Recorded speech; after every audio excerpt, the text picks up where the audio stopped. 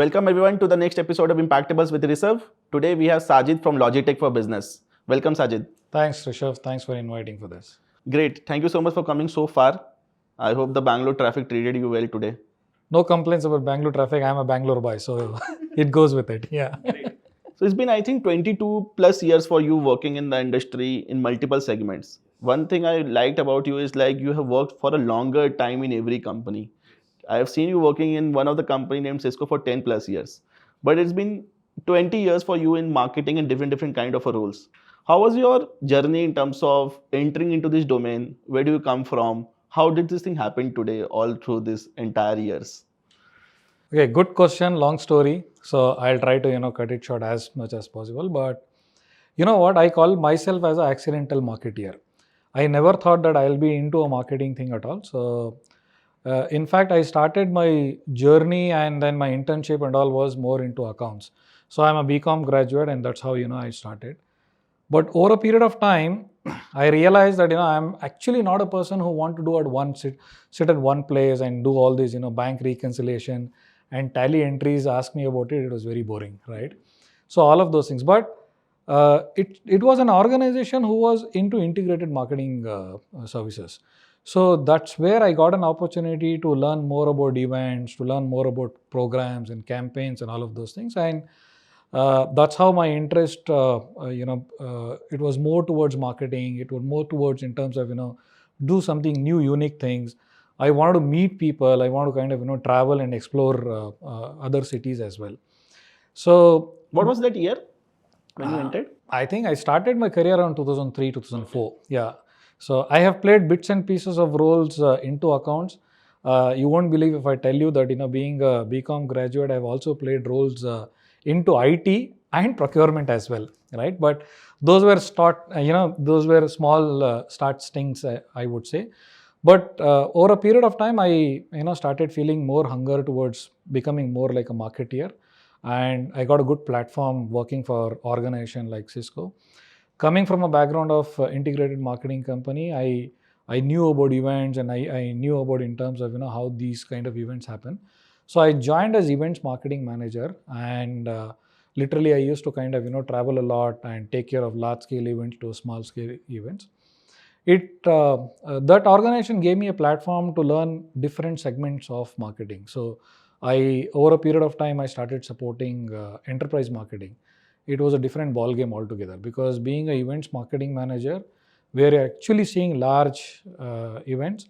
This in enterprise marketing, it was like one to few, that kind of a mapping what we had to do it. And then over a period of time, I grew, and then I was managing data center marketing for India. So the last 5 years of a stint in Cisco was about that itself. Of course, and things changed, and then I moved into COVID came into part, and then a lot of diversity, a lot of changes, and all of those things. I went back, and then I was working for George P. Johnson, managing the audience generation and the lead gen team. From there, I moved into Fortinet. Right now, I'm at Logitech, heading the marketing for Logitech for Business. It's been a good journey, no complaints about it. You learn with all your success and your failures also, and I try to learn as much as possible from my failures and then implement towards the success. So, but mostly now, as of today, you are into this enterprise sales mostly, or we talk about business sales, Yeah. not like mid-size company and beyond. But during the early days when you started in your marketing career, you were only into different segments, or only into enterprise sale, or different kind of marketing? No, I have always been into B2B itself. So that is what my forte has been. But of course, marketing as a complete, function has changed. Okay, within marketing, the kind of diversity what you've got it from campaign to campaign, from tactic to tactic is changed. Like those good old days, no. I would call it more like vanity metrics, which is like impressions and clicks, used to be good.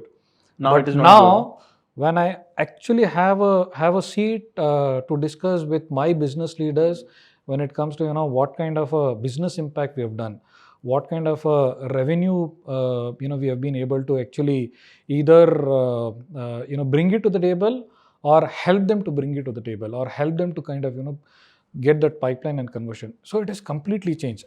Earlier, we never used to get measured on that. It used to be, okay, number of events, number of people, number of impressions, and number of kind of clicks and all. But now it is like, okay, all this, what you have done is fine. How is it impacting to the business? That's the key thing. Yeah. And with AI coming in now, so how much of AI functionalities or use case of automations which you implement in your day-to-day life to simplify your work as of today? See, one such thing, what I would say is, for a marketing, maybe, I have been using more of a generative AI. When I say I, maybe, not me as an individual, with any agencies with whom I'm working, or maybe with the global team with whom we have been working. Hyper-personalization is something that, which has become more easy. Correct. So you have the content, you have, you will have to curate from a individual point of view whom you are trying to actually reach out. Earlier, what used to happen is you used to have those blanket of content, and then that is the content we used to kind of, reach out to everyone. Exactly. But now that's not the way. Every different channels, different type of content, different type of people. Different type of people, and within that organization, different kind of personas. You can't have the same language what you're sending it to an IT guy, and the same thing to a CIO, or be it to any other CXO. So it has to be that particular thing, and it also has to be that particular vertical in segmentation. When I say that segmentation, we have like enterprise, mid-market and all, right? Within that, there are so many verticals. Banking, maybe, they would want to see products and solutions which is more from a security point of view. And if you see from a ITS point of view, they would want to see more in terms of, easy to use, easy to deploy, that kind of a solutions. So AI has been helping us in terms of, create that content and also target those kind of profiles and make it more hyper-personalization. But now when it comes to your particular segment which you're working as of today, it's not about AI particular part, but it's more about experience. When I was a kid studying in a college, I used to see Logitech mouse, keyboards, the basic ones. It evolved over the time. Absolutely. Over the time, I can see today when I was researching about Logitech, I see a lot many new things that came. It's not about just only mouse and keyboards or any other cameras and webcams. It's about experience. Absolutely. Yeah. So how do you implement or how do you sell experiences? How do you make people understand the experience when you go to this B2B, and how does it enhance their life? Okay, so see, Logitech as an organization, we are both into B2C and B2B as well. B2C is something that, so our CEO kind of make one statement, the mouse which has built the house, right? Okay. So we are the innovators of the mouse, right? So, but when we talk about it, we have the mice and the keyboard both under B2C and B2B itself. How does it make difference, right? So before coming to the mice and this thing, I will just touch upon in terms of from a B2B point of view. When it comes to B2B, we are actually not selling products. We are actually selling solutions, right? So one within B2B, we have called something called as workspace solutions, team workspace solution, and something called as personal workspace solution. What happens in a team workspace solution is we enable conference room into a video. So, and that's where you actually collaborate with people within same organization or within different geos, or it can be within different clients as well. Now it starts from a different kind of a size of the conference room. So it can be like a small room, huddle, what we call it as, or it can be like a medium size kind of a conference room or a large size of a conference room also. You name it, we will have a solution for it. And from a technology point of view, what is it different from B2B and B2C? B2B is something that it is secured and it can be controlled from anywhere. So we have softwares which are like sync to all these kind of products, which becomes much easier for an IT guy to take a control in terms of what is working, which product is working, which product is not working, what kind of update we need to do it. And because all these products are certified for any of the large meeting platforms, be it Teams or be it Zoom or be it Google. So whenever there is a release from them, we also have an equivalent release for our product so that it can work in sync. So that is more from a team workspace point of view. The one what we have it on a personal workspace solution, it is just not about how we can actually make meetings very meaningful, but also make it how it can be more productive as well. So when we talk about personal workspace, video comes into the picture, which is more from a webcam point of view, and then we also have Audio comes into the picture, which is more from a headset point of view.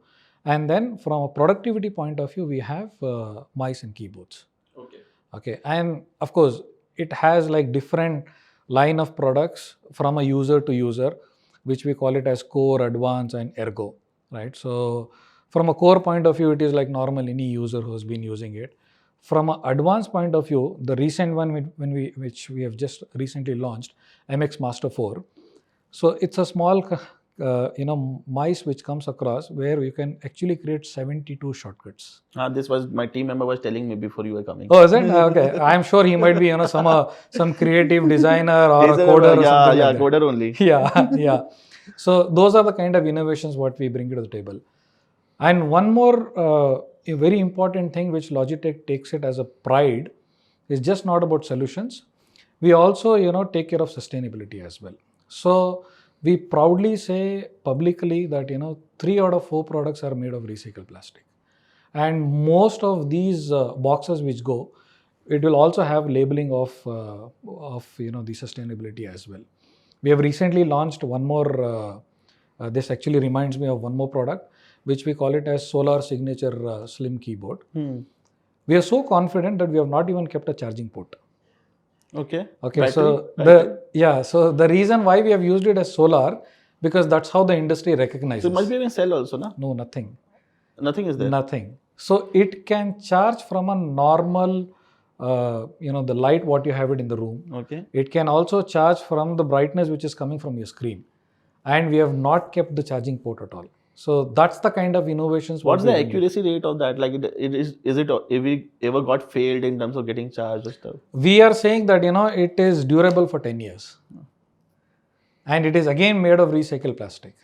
So most of these products, we actually label it. What is the percentage of recycled plastic what we have used? Now even headphones, right? So headphones is not new industry. There have been a lot of players into the industry and all of those things. Few innovations what we bring it on the table is like we have two-way noise cancellation. One, ANC is not new, right? Everybody heard about it. So you're working in an open environment and there is a lot of noise. Especially we see this when a customer care calls us. We can actually hear the conversation. Someone else is also talking about it, right? So it will definitely cut the sound which is around you. Okay. Now with Zone Wireless 2, the kind of innovation what we have brought it in the picture is, it's a two-way noise cancellation. One, it is cutting the noise which is around you. The other person might be in a market. The other person might be actually in a family function, or maybe on a riding or driving or something like that. It will actually cut that noise also which you are hearing it. Very simple, messaging what we actually carried from the solutions what we have is to be seen well, to be heard well. And that is how actually you are present in that particular moment. So that's the kind of solutions what we have. Super interesting. But now when you take these solutions to the companies, when you talk about the team collaboration kind of solutions, how the evolvement of enterprise sales happened with you over the time? Like something you were selling before 10 years, or the time from you started selling in 2021 also from the same company, Logitech, and now 2025. 2015 in different company, 2021 in same company, but 2025 again in same company. How was the evolvement of this, like in the terms of process, people adapting or reacting towards this particular solutions? See, what has happened is there were a lot of conference room in every organization, and video enablement is still not that kind of matured. I would say now it is, but maybe earlier days it was still not matured. Even I have seen, or maybe you would have also attended meetings like there is one laptop camera, and there are like 8 to 10 people who would want to kind of get the attention from that camera, right? But now as the enterprise actually transform, which is more of a digital transformation, all of those things, especially during COVID, we have got into just not physical working but also hybrid. And I think hybrid is something that is going to stay forever. It's not going to change because of various reasons. India is a culturally driven kind of a country as well, and then also each city has respective challenges and all of those things. So hybrid is something that is going to stay. Maybe for some segmentation, yes. Maybe for some verticals and segmentation, it may not be there. So during that era and everything, people have, started using video most commonly for most of the meetings and all of those things. And believe me, if you start using video enabled meetings, the kind of productivity is much more, right? So I can actually understand whether people are able to hear me and connect to my conversation. People are actually paying attention to those meetings. Emotionally we are connected, and then virtually also we are connected, and those meetings actually make very meaningful and then have those productivity as well. Over a period of time, it has started evolving, and people and the organization doesn't just want the conference room to be there, but the conference room has to be still video enabled. But as per the statistics, if you look at it, I think hardly about 30% is what in the larger market space. If you look at it, it is video has been enabled in the conference rooms. We still have a lot more room to go. And then of course there are so many new offices coming across. There are so many new offices getting renovated across, and all of these guys would definitely need video. Interesting. And like when it comes to going and like nowadays there might be different solutions also. So when it comes to convincing a company, because enterprise sales is a longer process, which I have also seen. So like 3 to 6 months it take time in order to close. Like either someone is taking a new office, they might be exploring the solution. For them it can be implemented very quickly. Yeah. Do you also encounter such situations where the already solutions is in there for different brands, but might not be meeting all the purposes, and then you need to replace? What's the timeline? What's the process? What difficulties do you usually face? Of course, see, in any sales, these challenges will definitely be there, and I would definitely be honest and agree to it. Yeah, but what helps us is the legacy what we bring to the table. Correct. One, some of these things what actually people see is one is that the trust what you have, the legacy what you have, and the presence what you have it across the globe. The most important thing when we actually did this survey and all, which we talk about it in a public forum, is easy to deploy. Okay, so that is something that which the organization are looking, and the experience. So we play around these things, and that is what helps us to have better conversations and then the conversions as well. But when the sales metrics and the marketing metrics which we see in B2B enterprise sales, or I know that in B2C what all we see, but in B2B what do we see as a metrics when it comes to marketing, running a campaign? Which all metrics we need to take care of? Sales metric might be a different metrics altogether, but when you market the product or you reach out to companies or you do some campaigns, what all metrics a person, anyone, a B2B marketer needs to take care of? See, as a marketer, I would definitely see the reach and the kind of engagements what we are getting. Okay, but when I actually sit in a sales conversation, maybe as I said, I don't talk about these vanity metrics. I talk about in terms of what is the pipeline we have been able to bring it to the table via that campaign, or overall all the campaigns what we have been doing it collectively. And then also in terms of what is the attribution we have been able to bring it to the table. What happens is maybe you have been working with one large organization, so of course the sales cycle is also longer, right? You go back and forth, all of those things. So either you do a POC at his place, or you bring him to the experience center wherever we have, so that he can feel how the products are live and how it will be impactful for his particular organization, or you bring him to a events kind of a thing. So that will help to reduce your sales cycle, and maybe it will help from an attribution point of view and the conversion point of view. So those are the metrics what I look. I mean, clearly defined in terms of what is the business impact. It is just not about burning dollars. Gone are the days. We used to do it, as marketeers earlier as well. Correct. Okay, on digital. I used to spend a lot of money during those days, and during those days the results, or maybe the metrics were more like a vanity metrics, impressions and clicks and all. Gone are those days. So unless you don't define what kind of a business impact you are doing from these activities, you will not have that seat to have that discussion with the sales guys. So then you might not be considering branding as a part only then, right? No, branding, see, everything has that funnel, right? So you have to touch all three funnels, which is top of the funnel, medium of the funnel, bottom of the funnel. What I do it from a branding and all of those things, I keep it as more like a marketing hat with marketing metrics. Okay. So we have to touch across. You have to be visible. If not, if you're not, you have seen, right? Out of sight is out of mind. So you have to be visible, but how you can actually drill down into the pipeline is what the question is. So the journey has to happen. So now we understood about the certain metrics we need to look upon. But nowadays, what happens in the new age marketers? They have not seen the entire roadmap. What they chase is like either I've got reach, either conversion happened. So they are all in, all where. What is one thing, like suppose today if I get into B2B marketer as a 4 years to 5 years kind of an experience I have in marketing. When I get into this, what is one or two things which I need to keep in mind when I see that this is where I need to focus much more to enable the ecosystem and network for my company? Yeah, so for young marketers, what I would say is like, actually you're in a good era. You have so many platforms, you have got so many tools, and AI coming into picture, actually it makes it more easier for you also. What I would say is try, fail, learn, and again implement. So and don't kind of hesitate from experiencing it. So unless you don't try that, you would not know whether that particular campaign is giving you good results or is it actually not working. In a way, if it is giving good results, of course it is good, right?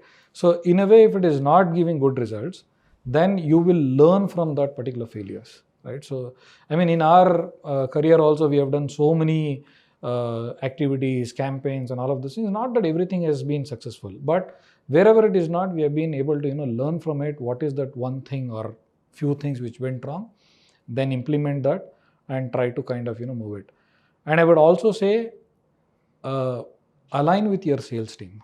Okay, so for a marketeer, unless you are not aligned with your sales team, what is their objective, and try to help them, so you will not be able to enjoy the metrics. This is where the 90% of the people are making mistake I have seen in the market. Okay. In B2 businesses, Yeah. they do marketing, they think that this is good, they start doing. But the sales team, they don't take internal feedback from the sales team. No, the customers. I think you have to align with your sales team, and alignment is something that you should definitely work. Of course, we also end up having a lot of healthy discussions as well. In a way, it is good, but you will be able to see from a sales angle point of view also, right? So that is one thing. And the last thing which I would say is know your product, not just the jargons. I keep telling this in a lot of forums. You should know your products, but to a level where you're kind of convinced in terms of okay, these are some of these things actually it will bring you to the table from a solutions point of view. So only then it will help you to define those campaigns. And okay, so the last thing which I would want to touch is most important, know your TG, the target audience which you want to go after. It varies from product to product. It varies from solution to solution. It actually varies from vertical to vertical as well, depending on what kind of a product and solutions you have. So this is what I would say. Align with your sales team. Learn, implement, fail, success, whatever, it will definitely kind of help. Know your products and know your TG. Interesting. So that is So what we spoke a lot about marketing, but for you, before started working when you were a child, then when you were working for 20 years, there might be something more you were doing, might be doing some hobbies. And I see you are a volunteer in an NGO also. Yeah. So can you tell me more about like what are things you enjoy doing more apart from this work? Okay, before coming into the NGO which I volunteer for, I keep calling myself as hopping hobbies. Okay, so I think it's been there with every individual. Maybe I come from marketing point of view, so I've given a tagline to that. So over a period of time, you have a lot of hobbies. So that's what I do it whenever I get time. So one most important thing is I spend time with family. When it is possible, and then maybe kind of leisure down and then relax and all of those things. From a sports point of view, I've picked up a lot of stuff, and then I've dropped a lot of stuff, and then I've picked up also. So depending on your age as well. So I used to play a lot of cricket and all of those things. Over a period of time, I picked up badminton. I played for about good 8 years, but I think as you catch up age, the knees started giving up.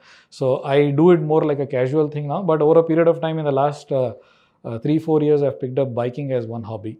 So I'm not like a full-time biker. I mean, there are crazy people who go on solo ride and all of those things. I don't go solo. I enjoy going with friends. So I have done kind of Ladakh trip, and then a few trips in the South Karnataka, all of those things. So that is what I do it.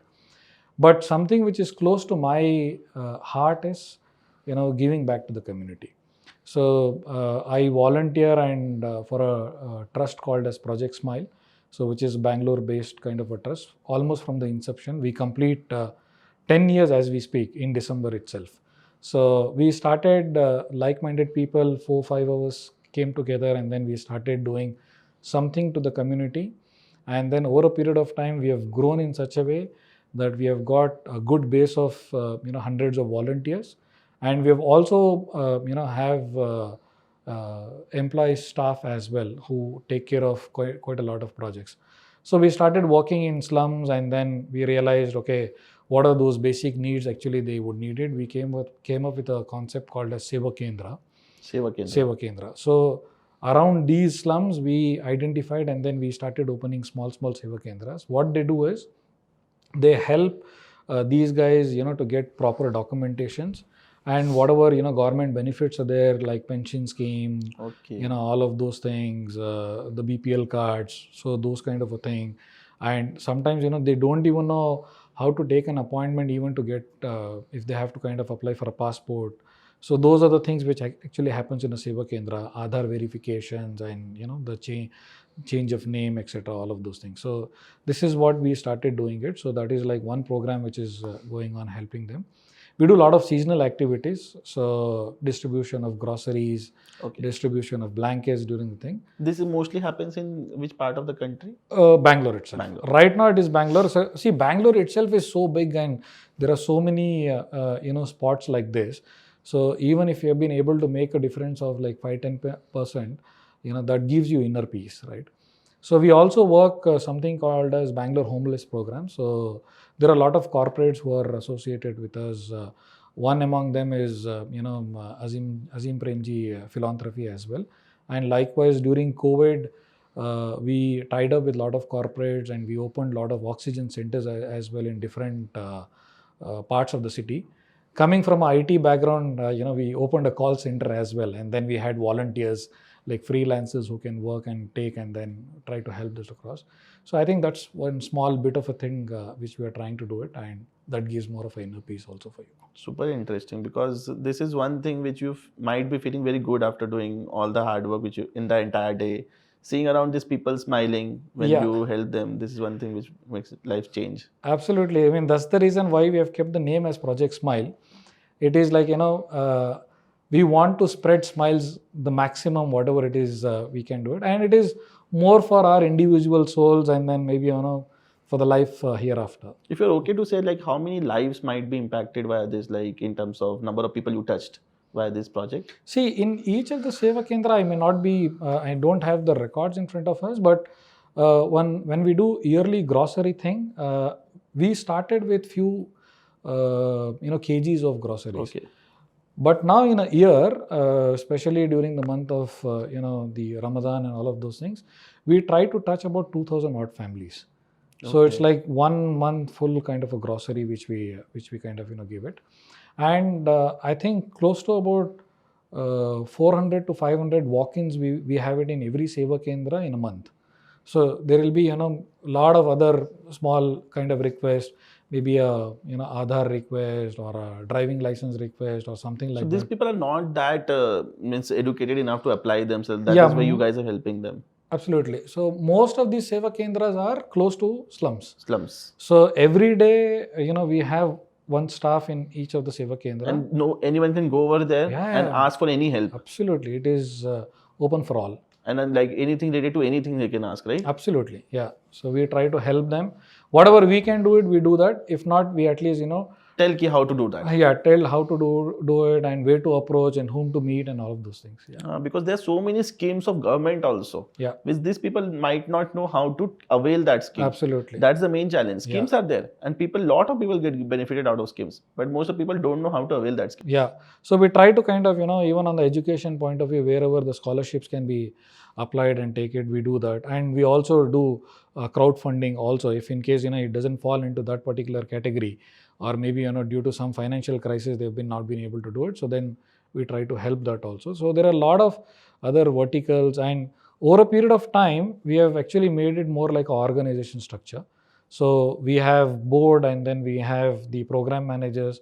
Under the program managers, we have different employees and the volunteers as well, so that it's not that everyone is trying to do everything, but it is very focused approach as well. Interesting. Yeah. Super interesting. Yeah. So now one last question from my end. Like now we entered 2026. Yes. And what's the upcoming 5 years for you? What do you see, like how the things gonna shape in the market?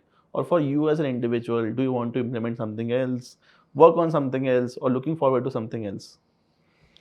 Okay, maybe I'm not prepared for that question. So it's like so I have not given a thought through, but I think I will go with the flow, because see, whatever I have seen in my journey also, as I said, I started with accounts, got into IT, got into marketing, all of those things. So I would want to definitely go with the flow. So both professionally and personally, I would definitely want to be one of the successful CMO, which has been able to help drive the organization objective. So that is something that I would definitely want to do it. And also I want to see it in a longer run, how I can help the youngsters as well who are coming into the marketing thing. But on a personal side, I want to kind of focus more on the Project Smile as well, and create an open platform for the next generations to come in.